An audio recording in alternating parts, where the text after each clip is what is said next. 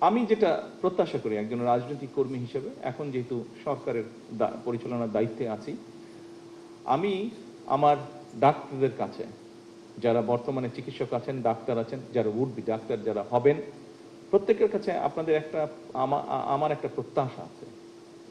প্রতি বছর বাংলাদেশ থেকে +- $5 বিলিয়ন চলে যাচ্ছে বিদেশে চিকিৎসার জন্য। আমাদের দেশের বহু মানুষ, লক্ষ লক্ষ মানুষ বিদেশে যাচ্ছেন চিকিৎসা করাতে। তার ফলে আমাদের মূল্যবান বৈদেশিক মুদ্রাও সেই সাথে চলে যাচ্ছে। স্বাভাবিক এটা।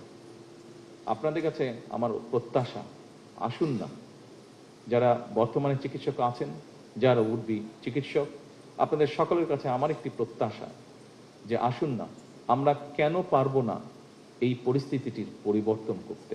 কেন আমাদের ডাক্তারদের উপরে আমাদের দেশের মানুষের আস্থা এবং বিশ্বাস দৃঢ়তর করতে আমরা পারবো না?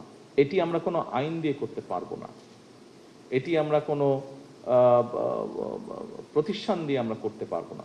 এটি একমাত্র সম্ভব হবে আপনাদের মানবিক অ্যাপ্রোচ এবং আপনাদের সঠিক সুষ্ঠু চিকিৎসা প্রদানের মাধ্যমে।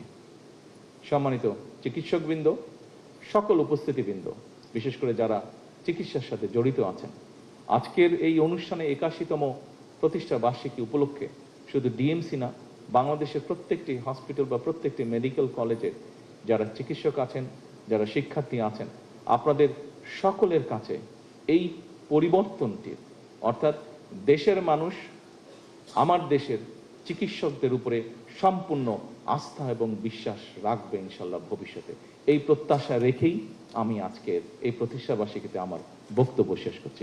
সকলে ভালো থাকবেন, সুস্থ থাকবেন। আসসালামু আলাইকুম।